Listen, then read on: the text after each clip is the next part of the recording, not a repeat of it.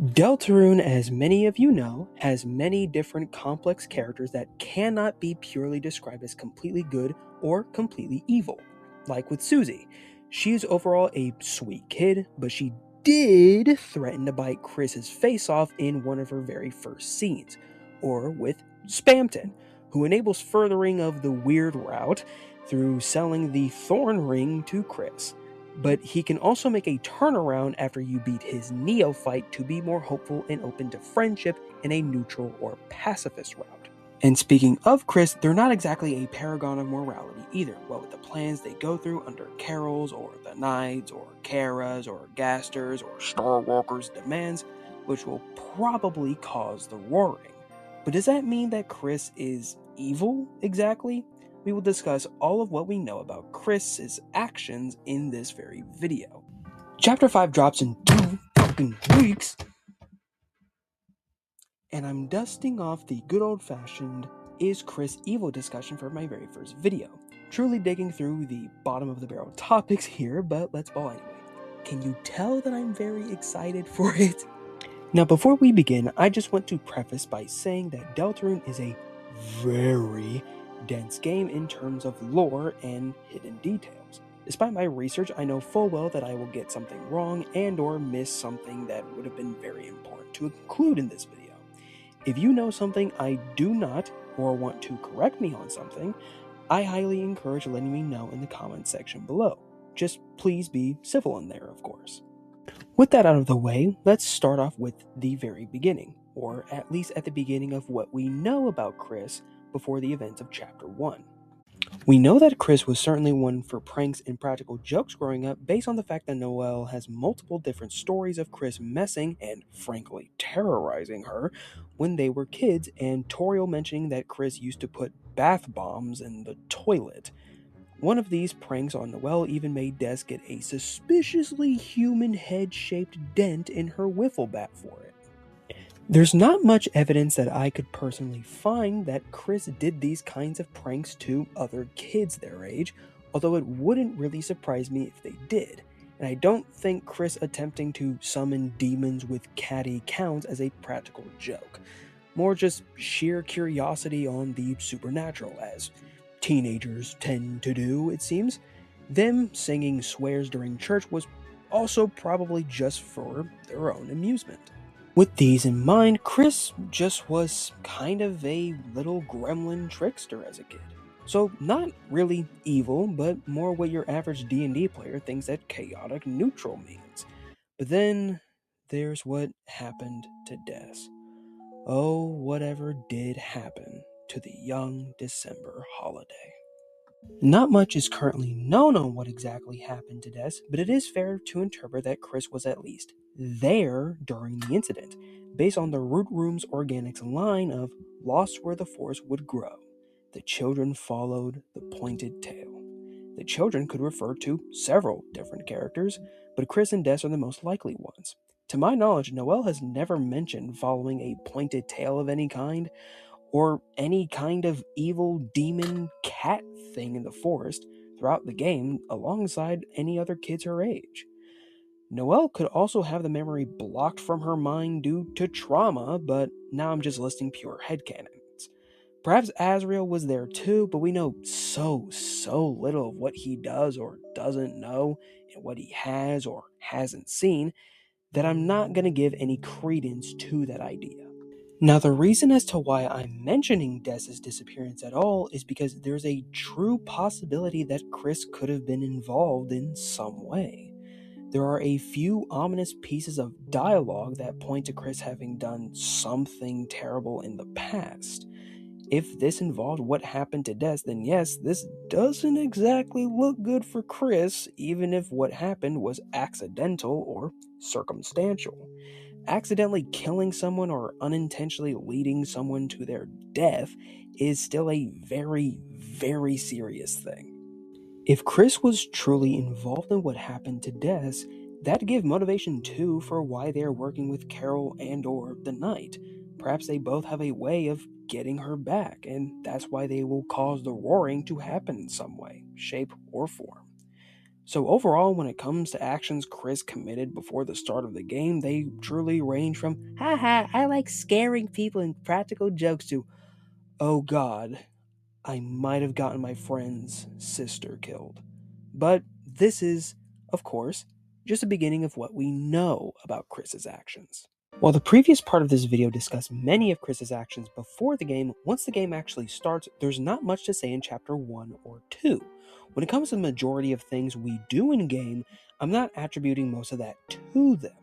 The only notable thing Kris does without our direct input in Chapter 1 is block one of King's attacks against Susie, which, is a solid good point for them because protecting Susie from harm is always the right move. In Chapter 2, it's much of the same with the exception of the ending where Kris is the one who prepped the creation of Chapter 3's Dark World by plugging Tennant in and turning him on, slashing Toriel's tires, and cracking the door open while Susie and Toriel were asleep. Still not sure what that was for exactly, but we'll move on. Now, while this action by itself isn't the worst possible thing to do, it still does progress the Knight's plan by distracting Susie and Ralsei to buy time for the Knight, which I'm also not really sure what that was for, and that's no good. In Chapter 3, however, we get a little more insight on Kris's character and one tidbit that I like to mention, which is ERAM/John Mantle/ whatever you want to call them's pre-battle dialogue with Kris, specifically what they say if you've done the weird route in Chapter 2, which goes as follows. Do you honestly think it'll get you what you want? No. Part of you is just enjoying this, aren't you? The same part of you that enjoyed yesterday, knowing you could say it wasn't really you. This flat out tells us that Kris, if only partly, enjoyed going along with the weird route at least during Chapter 2, meaning they enjoyed freezing enemies and even possibly snowgraving Birdly. There is also another interesting line by ERAM/John Mantle that could indicate Kris has a history of violence. That line being, your eyes can't hide it, Kris. Without play, the knife grows dull. There's another line similar to that in the Chapter 4 Egg Room that says, right, this is where we draw pictures and don't kill each other. So this could all mean that Kris enjoys committing acts of violence on others, or at least has a history of violence. Now, I will preface by saying there's absolutely no evidence that Kris has, stabbed anybody before. No one in Hometown seems to be afraid of Kris in any way, with the sole exception of Noelle and the weird route. Kinda. Let alone afraid that Kris could stab them. Not to mention that Toriel does trust Kris enough to just carry a knife around on their person with no worries that they'll harm someone or themselves. So that line from ERAM could mean that Kris enjoys violence not directly committed by themselves like in a video game or because we are controlling them. Still pretty messed up at all to enjoy watching Noelle get manipulated to the point of freezing Darkners and your own classmate Solid, but I can't judge that much. Kara's making me do that. Sorry, kiddo. In terms of the Chapter 4 Egg Room line, yeah, that is a bit more damning, I won't lie to you. However, it still could also not be literal and more symbolic in a way.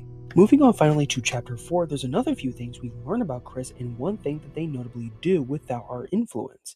That being that in a normal route, Kris comes to Susie's rescue as she's getting attacked by that weird statue of Gerson. Protecting Susie is, as we've established, always good, so yay, 1 extra point for you. Now in the weird route, we learned that after Chapter 3, although the timeline could still be different, I'm not so sure on that, Kris rushed to Noelle to tell her that what happened was all just a dumb prank and that everything is fine, obviously trying to make Noelle no longer worry about it. Then in Chapter 4, Kris is actively pleading with us to not proceed, as it were. This even leads to them trying to stop us in a way by covering Noelle's mouth so that we cannot hear her. Now, this fully cements the notion that Kris may have enjoyed the violent aspects of the weird route, but where they draw the line is at manipulating Noelle to be our thrall or setting her up as a possible vessel candidate, but that's just my own personal theory that I will not get into at this time. With that in mind, this lists out all the things that I could find that would lead an idea into Kris's morality and who they are as a person. But why? Why am I analyzing the actions of this character who spends 95% of the game or so under our control? Well, I feel that Chapter 5 and beyond are going to give us many new insights into Kris's character and actions, since with things starting to ramp up plot-wise, I feel we are due for more knowledge on who this kid is without our input. We've gotten many different clues in the past, but the big one we still need to know is how was Kris involved with Des going missing, and what exactly is the plan they're conducting with Carol and the Knight, or Gaster, or Starwalker. I have a theory about it, but that's possibly for another day entirely. So, all in all, what do I personally think on the question this video was trying to ask?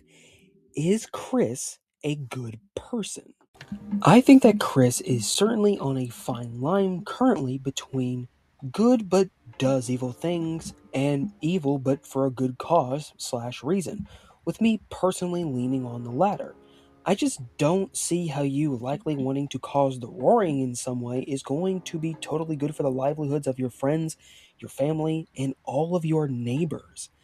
Not to even mention what will happen to the Darkners we've befriended over the course of the game once it happens. And finally, where do I think Kris will go morally in the future? I have a personal belief that Kris is having a serious conflict between their love for their friends and their responsibility as an accomplice to the plan. I think at some point in likely chapter 6 or 7, that Kris will need to make a choice. That being, fight alongside their friends against the plan, or go along with it for the sake of their promise. Whatever that actually means. I am very excited to find out. This will become the turning point for Kris to move on from the past and build a better future with the friends they've made over the course of this long week, or to hold on to said past and never be able to truly let go. And I think you and me both know where they're going to go on that front. Then in the weird route, we just make Noelle fucking kill everyone or whatever, I don't know. Okay, video over. This is currently the outro to the video. It is, at the moment, 1:10 in the morning, and I've been recording for about an hour or so. God, this took way too long to make. Things kept getting sidetracked. I kept having issues with recording and like how exactly I'm going to record things and how I'm going to get the audio files. Despite the fact that I want to be a YouTuber, I'm not very tech savvy, as it were. But I think that this video is going well. I got all the audio done. That wasn't too big of an issue. Now, my biggest issue now is editing, and I have about 9 days before chapter 5 comes out. So I really gotta lock in and finish this 13-ish minute long video. So I want to say that to those of you who have watched this far, thank you so very much for watching. And if you would like to, give this video a like, comment, subscribe, hit the notification bell, hype point, do that, or whatever that means. I don't actually know what that is or if that's a thing. Do all the things that you would normally do for YouTubers, especially for smaller and upstart YouTubers like myself, who every single like, comment, and subscription means the absolute most for me. Okay, I do not know when if I will make a Deltarune video again. I would like to, but I would have to play chapter 5 a lot to do that. So maybe I make something else in the meantime, or I make a string of videos that I want to make in the meantime. before I do a Chapter 5 centric video, but I hope for those that have watched this far, again, that you'll enjoy those videos, and also the inevitable Chapter 5 video that I will be putting out. Anyway, again, thank you for watching, and always remember, mint chocolate chip ice cream is the best ice cream flavor. Argue with your mother.